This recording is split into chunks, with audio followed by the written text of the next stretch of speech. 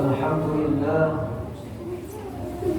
الحمد لله الذي وضح الأحكام لجميع الأنام وبين سبيل الهدى وأظهر تعاليم الإسلام. الصلاة والسلام على رحمة العظمى للخاص والعام والهداية السابقة لجميع العقول والأفهام، سيدنا محمد شمس الهدى وبدر التمام وآله الكرام وأصحابه العظام وكل من دعا بدعوته إلى يوم الزحام، وإلينا معهم بمنك وجودك يا مالك يا علام. أشهد أن لا إله إلا الله وأشهد أن سيدنا محمدا عبده ورسوله لا نبي ولا رسول بعده. أما بعد فيا أيها الحاذرون اتقوا الله حق تقاته ولا تموتن إلا وأنتم مسلمون. Kaum muslimin, jemaah salat Jumat yang dimuliakan Allah Subhanahu wa taala. Mengawali khutbah pada kesempatan siang hari ini, tak lupa khatib selalu berwasiat terkhusus untuk diri pribadi dan umumnya untuk kita semua yang hadir. Mari senantiasa kita bersama-sama meningkatkan kualitas keimanan dan ketakwaan kita kepada Allah Subhanahu wa taala dengan berusaha semaksimal mungkin, berusaha sekuat tenaga kita untuk melaksanakan perintah-perintah Allah dan menjauhi larangan-larangan Allah Subhanahu wa taala. Kaum muslimin, jemaah salat Jumat yang dimuliakan Allah, alhamdulillah, puji syukur kepada Allah Subhanahu wa taala yang sampai saat ini masih memberikan kita begitu banyak sekali nikmat-nikmatnya. Antara lain, Allah memberikan kita nikmat sehat yang barangkali ada saudara-saudara kita saat ini sedang dicabut nikmat sehatnya sehingga mereka tidak mampu melaksanakan salah satu perintah Allah, yakni ibadah salat Jumat berjamaah. Kemudian Allah juga memberikan kita nikmat Islam yang barangkali ada di luar sana saudara-saudara kita mereka tidak diberikan nikmat Islam oleh Allah Subhanahu wa taala. Dan yang terpenting adalah Allah Subhanahu wa taala masih memberikan kita satu nikmat yang sangat istimewa. Satu nikmat yang hanya diberikan oleh Allah kepada hamba-hambanya yang dikasihinya saja, yakni nikmat iman.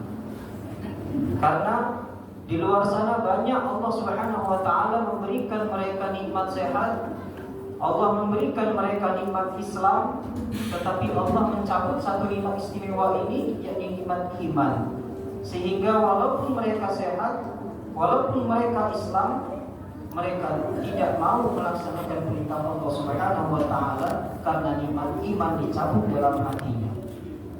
Maka kata Rasulullah SAW bersabda, barang siapa yang di hatinya ada setitik iman, maka pasti dia akan dimasukkan di surga oleh Allah Subhanahu wa taala. Maka dari itu, salah satu rukun khutbah adalah khatib diwajibkan untuk mengucap hamdalah, puji syukur, bersyukur kita kepada Allah Subhanahu wa taala yang sampai saat ini masih memberikan kita nikmat sehat, nikmat Islam dan juga nikmat iman, sehingga kita mau menjalankan kaki kita, mau menggerakkan hati kita untuk melaksanakan perintah-perintah Allah, salah satunya sholat Jumat berjamaah. Kaum muslimin, jemaah sholat Jumat yang dimuliakan Allah Subhanahu wa taala. Alhamdulillah, kita saat ini sedang berada di pertengahan bulan Muharram, yang mana bulan Muharram adalah awal pergantian bulan, pergantian tahun Islam, pergantian tahun Hijriah. Tahun Hijriah adalah memisahkan Nabi SAW ketika beliau diusir oleh penduduk Makkah saat itu. Karena Nabi besar Muhammad SAW dimusuhi oleh sebagian besar penduduk Mekah, kafir Quraisy saat itu.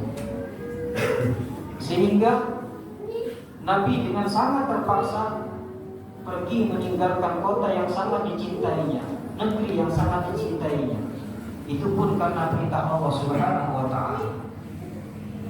Dalam hijrah, Nabi besar Muhammad SAW mempersiapkan segala sesuatunya dengan sangat matang.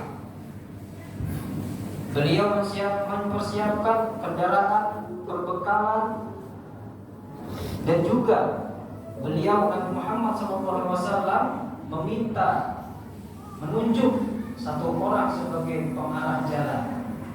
Orang tersebut dari kelompok non-muslim. Dan juga Nabi besar Muhammad SAW mengajak perempuan, anak wanita, Asma bin Abi Bakar. Beliau yang membawa makanan dan perbekalan selama hijrah. Dalam hijrah Nabi besar Muhammad SAW pindah dari kota yang sangat dicintainya, yaitu kota Mekah, menuju kota Yasrib. Kota Yasrib merupakan kota yang sangat mencekam. Begitu Nabi SAW hadir di tengah-tengah kota Yasrib, sehingga Yasrib dirubah oleh Nabi besar Muhammad SAW yang tadinya kota mencekam menjadi kota yang sangat tentram. Sehingga yang awalnya Yasrib dirubah oleh Nabi Muhammad SAW, saat ini kita kenal dengan sebutan kota Madinah, yakni kota peradaban. Di sini kita dapat mengambil beberapa hikmah, bahwasanya hijrah bukan hanya kita kenal saat ini. Banyak di media-media sosial kita mengenal hijrah hanya seputar pergantian pakaiannya saja. Yang awalnya pakaiannya compang-camping berganti menjadi muslim. Yang awalnya pakaiannya tidak menutup aurat berganti menjadi menutup aurat. Tetapi nilai yang sangat pentingnya dilupakan oleh mereka. Mereka berubah pakaiannya, tapi hatinya tidak berubah. Maka hijrah bukanlah hanya ini semata. Kata hijrah terdapat dalam beberapa ayat Al-Quran, di antara lain dalam surat Al-Muzammil, wasbir ala ma yaqulun warjuhum hajran jamila. Allah berfirman, bersabarlah kamu wahai Muhammad atas apa yang mereka katakan. Wahjurhum, dan tinggalkanlah mereka hajran jamila. Di sana ada kata hijrah. Tinggalkan mereka perkataan-perkataan buruk mereka dengan sebaik-baiknya. Kemudian ayat lain dalam surat Al-Mudaththir, warujza fahjur, dan tinggalkanlah segala kekejian. Maka di sini bukan hanya berpindah dari satu pakaian ke pakaian lain, berpindah dari satu tempat ke tempat lain.